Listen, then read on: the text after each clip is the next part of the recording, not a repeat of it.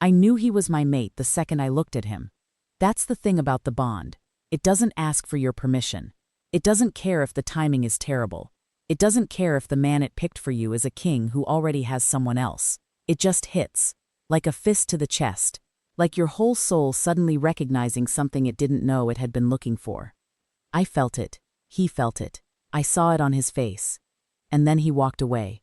Not in the dramatic, "I'm doing this to protect you" way. Not with pain in his eyes or a tortured jaw. He just made a choice, looked at me, really looked at me, and chose his throne, chose his politics, chose the woman who made more sense on paper. And I let him. Because I was 22 and I was naive and I thought, surely he'll fix this, surely he'll come back. He didn't. And the fallout of that decision didn't just break my heart. It destroyed my life. So when Kael Duskmore, Alpha King of the Northern Packs, most powerful shifter in 5 territories, shows up at my door 3 years later, with guilt in his eyes and my name on his lips like a prayer? Yeah. I have thoughts. My name is Nora Vane, and 3 years ago, I was nobody. Not in a self-pitying way. I mean that literally. I was an omega in a mid-tier pack. No royal blood, no extraordinary gifts. I could shift, I could run, I could read faster than anyone I knew, and I made really good soup. That was the full resume. I was fine with that. I liked my life. I had my grandmother, Iris, the only family I had left, and a small apartment on the edge of the pack's territory, and a part-time job at the outpost clinic where I assisted the pack healer. It wasn't glamorous. It was mine. The night everything changed, I was working a late shift. A delegation from the Northern Crown was passing through. Kael Duskmore, the Alpha King himself, was doing a territorial check, something he apparently did twice a year in person rather than sending envoys. I'd heard about him the way you hear about weather systems. Powerful, inevitable, best to stay out of the way. I was not trying to be in the way. I was literally just carrying a box of medical supplies down a corridor when the door at the end opened and he walked through. And the world stopped. I don't know how else to describe it. It wasn't attraction, though yes, objectively, the man looked like someone had sculpted him out of arrogance and cheekbones. It was deeper than that. It was recognition, like something in my chest cracked open and said, "Oh, there you are. I've been waiting." The mate bond. I had heard about it my whole life. The stories were always the same. You see them, you know, and the rest is history. Beautiful, fated, inevitable. Kael stopped walking. His hand went to his chest. His gray eyes found mine across that corridor, and for one single moment, the most powerful man in the Northern Territory looked undone. Then his second-in-command put a hand on his arm and said something quietly. And just like that, the moment was over. Kael straightened. The wall went up, he looked at me for one more second, something unreadable crossing his face, and then he continued walking. Like I was nothing. Like that was nothing. His people came to find me that night. Not Kael. His people. They brought me to a small room off the main hall, and 20 minutes later, he came in, alone, closed the door, and said, with the energy of a man delivering a business memo, the following. "What you're feeling is real. I feel it too. I want you to know that. But I'm not in a position to pursue this bond, and I need to ask you to keep tonight between us. For the good of the pack, for the alliance we're maintaining with the Harrow family. I'm sorry." He was sorry. 3 sentences, an apology, a door closing. I was too stunned to speak, too young to push back, too deep in the shock of the bond to do anything except nod and say okay like a complete fool. He left. I stood in that empty room for a long time. And then I went home, and I told myself it would be fine. It was not fine. The rumors started within a week. I still don't know exactly who started them, whether it was Kael's inner circle, or the Harrow family's people, or just the pack gossip machine doing what it does. But suddenly everyone had heard a version of the story where I had thrown myself at the Alpha King, where I had made a scene, where I was delusional and dramatic and embarrassing, an omega with ideas above her station. Nobody wanted to say anything to my face. They didn't have to. It was in the way people stopped making eye contact, the way my hours at the clinic got quietly reduced, the way our landlord, who had known my grandmother for 15 years, suddenly had concerns about our lease. I told myself it would blow over. It didn't. By month 2, I'd lost my job. By month 3, Iris couldn't get her medications refilled. Not because anything had changed medically, because the supplier had stopped extending credit to our household. No explanation. Just, the account has been flagged. My grandmother was sick. Not critically, not yet. But she needed consistency. She needed her prescriptions. And I was watching her get sicker while I worked 2 cash jobs and begged every contact I had to help me navigate a system that had quietly, collectively, decided to shut us out. I sent 2 letters to the Alpha's office. The first went unanswered. The second came back with a form response. Iris died on a Tuesday in February. She was 68. She shouldn't have died then. The healer who finally came, too late, after I'd already lost her, told me that her condition had been manageable, that with consistent medication and care, she could have had years. I held her hand until it went cold. And then I did the thing that felt like the only honest response to what had happened. I packed a bag, I crossed the border out of Northern Pack territory, and I didn't look back. 3 years does a lot to a person. I lived in Marin's Cross now, one of those in-between towns that exist in the gray space between shifter territory and the human world. People passed through constantly. People needed healers constantly. I had built something real here, in a town that didn't care about pack politics or omega classifications, or what had happened 300 miles north.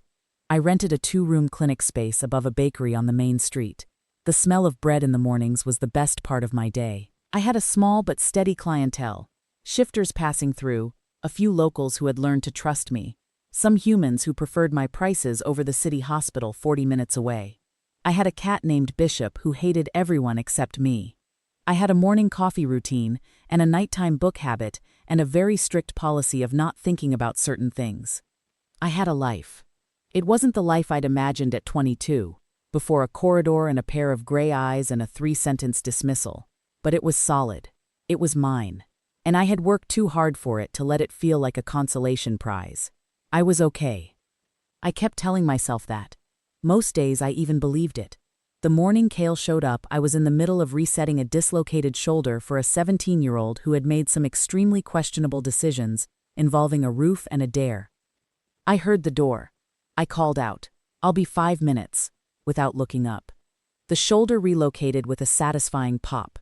The kid yelped. I handed him an ice pack and a lecture about gravity, and then I turned around to greet my next patient. Kael Duskmore was standing in my doorway. For a moment, I genuinely thought I was hallucinating. It was such a specific kind of surreal, like seeing a person you only knew in one context suddenly standing in a completely wrong one, like running into your dentist at a concert. Except this wasn't a dentist. This was the man who had looked at me like I was fated, and then let my entire life collapse, because acting on fate was inconvenient for him. He looked different. Or maybe he looked the same, and I was different. He was still tall, still the kind of physically intimidating that doesn't require effort, still had those gray eyes that had haunted my sleep for longer than I would ever admit. But there was something worn around the edges now, something that hadn't been there at 25. "Good," said a small, bitter voice in my chest. "Nora," he said. "Clinic's full," I said. "There's a hospital in Caldwell, 40 minutes east. I'm not here for medical help." "Then you're definitely in the wrong place." He stepped inside anyway. I should have thrown him out. I had every right to throw him out. Instead, I crossed my arms and waited, because there was a 17-year-old still sitting on my table eating my ice pack, and I was not going to have this scene in front of a kid. "Jake," I said, "you're done. Ice it for 20 minutes. No roof activity for 2 weeks." Jake, bless him, looked between me and Kael with the wide-eyed interest of someone sensing drama, grabbed his jacket, and evacuated. The door closed. We were alone. "Whatever you're about to say," I said. "You have 3 minutes." He told me about Elena first. Lena Harrow, the woman he had chosen over the bond. Over me. The Harrow alliance, the pack politics, the arranged future that made sense to everyone except the universe, that had decided to put us in the same corridor on the same October night. She was gone. 6 months ago. A fever that had moved too fast through a pack system that was already weak. I felt the grief land in me like something quiet and complicated. I didn't hate Elena. I had never even met Elena. She had been a pawn in the same game I was a pawn in, just a more useful one. Her death was a loss I didn't know how to categorize, so I just let it sit. "I'm sorry," I said, and I meant it. "I know," he said. "That's not why I'm here." "Then why are you here, Kael?" He looked at me for a long moment, like he was measuring something. "The pack is sick." He didn't sit down. Kael was the kind of man who paced when he was uncomfortable, and he was very uncomfortable. I let him pace. "It started small," he said. "Pack members healing slower than normal. Pups especially. A week would pass and a wound that should have closed in 3 days was still raw. Then the sleep disruptions started. Half the Elder Council was having nightmares. Then the fighting. Pack members who had lived side by side for decades were at each other's throats over nothing. I watched him. We called in every healer we had, ran every diagnostic, nothing biological, nothing environmental. The old texts call it a fracture. When an alpha's core wound bleeds into the pack's collective. When something is wrong with the bond that should be at the center of everything." "The mate bond," I said. "The unmade mate bond." He stopped pacing, looked at me. Silence. "The elders think that an alpha carrying an unclaimed, unresolved mate bond, especially one where harm was done, it creates a tear. In the pack spirit. In the healing energy that's supposed to flow from the alpha out to the whole community." He exhaled. "They found it in records going back 400 years. It's rare, but it's documented. So the pack is suffering because of what you did to me." He didn't flinch. Yes. I had expected him to soften it, to frame it differently. He didn't. "And you came here because..." "Because I came here because the pack needs you." He paused. "And because I needed to see you. Not as a king, not as an alpha, as a man who did something he can't undo, who has been living with that, and who needed to at least stand in front of you and say it out loud." I didn't speak. "I didn't know what happened to you after you left." His voice changed, something lower, rawer. "I mean, I knew.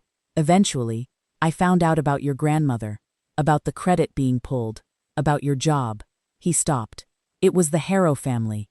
Their people, quietly, and I didn't catch it in time because I wasn't looking, because I had walked away and told myself it was the right call and I stopped looking. There it was. Not malice, not cruelty, something almost worse, negligence.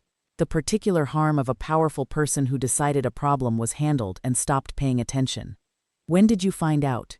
I asked, carefully. "About the medications specifically?" He met my eyes. 4 weeks after your grandmother died." 4 weeks. She had been gone 28 days when he finally looked. I pressed my thumbnail into my palm, hard, just to have something to focus on that wasn't the feeling trying to crack through my chest. "And you didn't come then?" "I didn't think you'd want." "You didn't think." My voice was even, very, very even. "You made that calculation without asking me, the same way you made the first one, the same way you have always made decisions that affect my life without consulting the person whose life it is." He didn't defend himself. "Good. I'm not here to ask for forgiveness," he said, after a while. "I'm not that arrogant. Not about this." "What are you asking for, then?" "The pack children are getting sicker. 3 of them are under 8 years old, and their healing has been compromised for months." His jaw tightened. "You're the best healer I know. You're also the person the bond points to. I'm asking if you'll come back. Not permanently. Not for me. For them." A pause. "And I'm asking because I owed you the truth first. Before any ask. Before anything." I looked at him for a long time. Bishop jumped onto the exam table, surveyed Kael with feline contempt, and walked away. "Accurate." "I'll think about it," I said. It wasn't a yes, but it wasn't what I'd expected to say, either. He left. I sat on the floor of my clinic for 45 minutes. I want to be honest about what I was feeling, because I think it's important to name it correctly. I was not feeling forgiveness. I was not feeling that romantic pull where the heart overrules the history, and the music swells and everything makes sense. I was feeling the bond, still there, 3 years dormant, now suddenly very much awake and incredibly annoying about it, like a frequency that had been turned back on without my consent. I was feeling grief, real, old grief for Iris that I thought I had processed and apparently had not, because hearing her death referenced out loud by him, in this room, cracked something I had been very carefully keeping sealed. I was feeling anger, cleaner, and more honest than anything else. The specific anger of someone who has worked very hard to build something whole out of what someone else broke, and now that someone else has shown up at the door of the thing they built, and part of you wants to protect it from him, and part of you wants to drag him through it and show him what his choices cost. And underneath all of it, and this is the part I didn't want to look at, underneath all of it was something that had been sitting quietly in my chest for 3 years. Something I had been very aggressively calling moving on, when really it was more like carrying carefully. I had never stopped feeling the bond. I had just gotten very good at not acknowledging it. I called my friend Dessa that night. She was a shifter too, lived 2 towns over, knew most of the story. "He showed up," I said. A silence. Then, "Oh, honey. He wants me to come back, for the Pack kids." "What do you want?" That was the question, wasn't it? What I wanted was complicated. I wanted to never have been in that corridor in the first place. I wanted Iris to still be alive. I wanted to exist in a world where Kael Duskmore was just a story I told sometimes. The mate who didn't choose me, sad but survived. But I also wanted to not be the person who let sick children suffer because of my very justified anger at their king. Those 2 things lived in me at the same time, and no amount of clarity was going to make one of them go away. "I think I have to go," I said. "Because of the kids or because of him?" "The kids." A pause. "Mostly." Dessa was quiet for a moment. "Nora, you can go help those kids and still hate him. Those aren't mutually exclusive." She was right. I packed a bag. I drove to Ironhaven alone. Kael had offered an escort. I had said no. He had said okay. That small moment of him accepting a boundary without negotiating it registered somewhere I didn't want it to register. The Pack compound had changed. Larger, more organized, more fortified than I remembered. But the feel of it was what caught me. Packs have a collective energy. You sense it when you walk in. Something like a hum, a warmth, a sense of aliveness. Ironhaven's was muted, like a radio playing at low volume. I set up in the healer's wing that afternoon. First patient, a 6-year-old girl named Maisie with a 2-month-old bite wound that should have healed in 2 weeks. She sat very still while I examined her, big eyes tracking me with that solemn attention that little kids have when they're trying to figure out if you're safe. "Does it hurt?" I asked. "A little," she said. "Not like before." "You're very brave." She considered this seriously. "My dad says the Pack is sad." I kept my face neutral. "Yeah?" "He says it's like when you lose something and you can't remember where you put it." She thought about it. "I think that's what sad is." I cleaned and dressed her wound and sat with that for a while after she left. Kael kept his distance for the first 2 days. Checked in once in the morning, once in the evening, brief and professional. He brought food, didn't make a thing of it, just left it outside the healer's wing.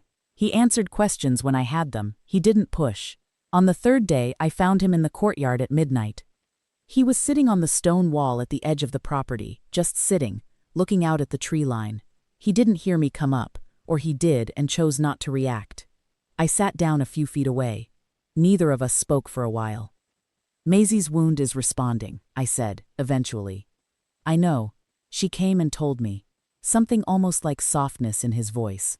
"She also told me you smelled like lavender, and that she's decided you're her new favorite person. She has good taste." A pause. 3 kids are showing improvement," I said.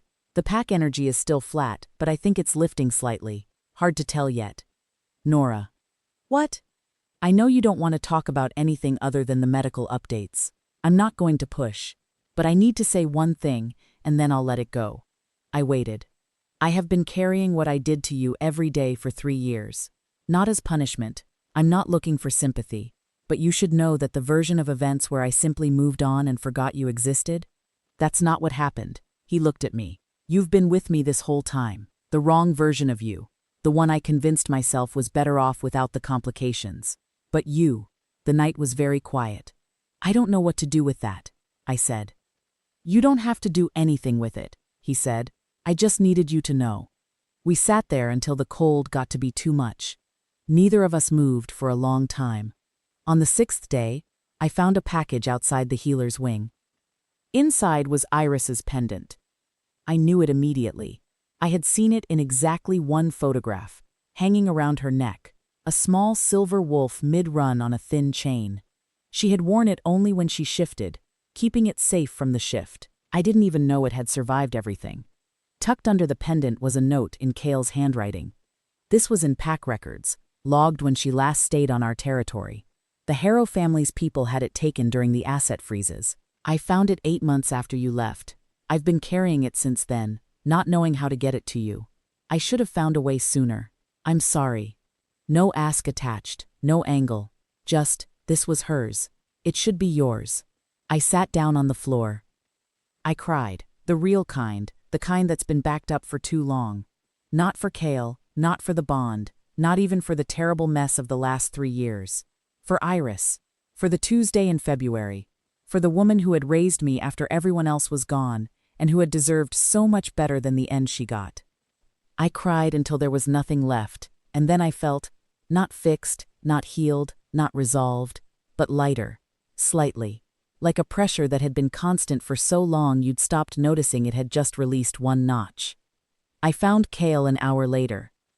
He was in his study, working, and when I knocked and he saw my face, he stood up immediately, with that instinct that large, powerful men have when they think someone is about to need catching. "I'm fine," I said, before he could move. "Sit down." He sat. I stood in the doorway and thought about what I wanted to say. "I'm not ready to forgive you," I said. "I want to be clear about that.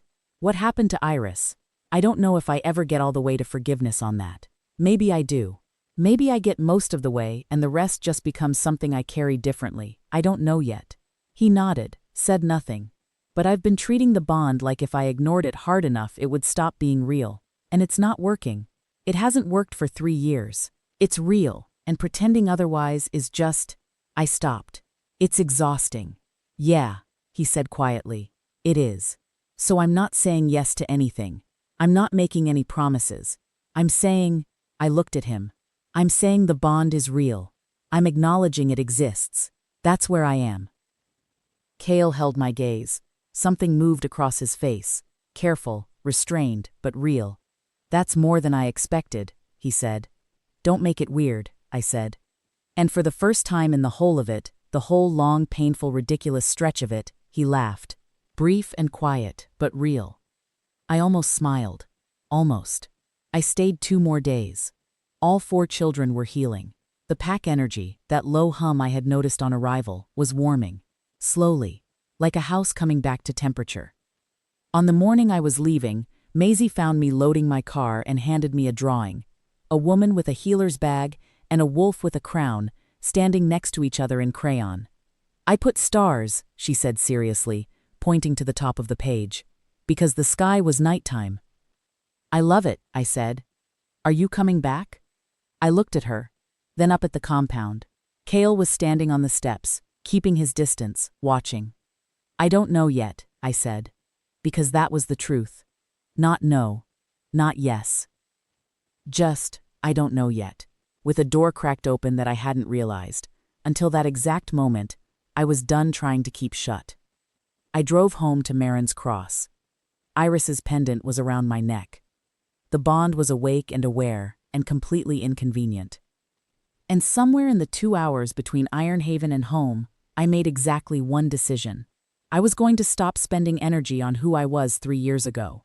That girl, naive, blindsided, desperately waiting for someone to come back and fix it. She deserved everything she needed to survive. And she had survived. She had done more than survive. What I was now was different. What happened next, whether Kael earned back any part of what he'd walked away from, whether the bond became something we chose together instead of something fate assigned, that wasn't decided yet. It was a question still sitting open. But for the first time in 3 years, that open question didn't feel like a wound. It felt like a door. This is not a love story where a man says sorry and a woman forgives him and everything is fine. It's a story about what it costs to survive something, what gets rebuilt, and what you decide to do with the pieces, on your own terms, in your own time. The bond is real, the damage is real. Both things are true. What happens next is up to them.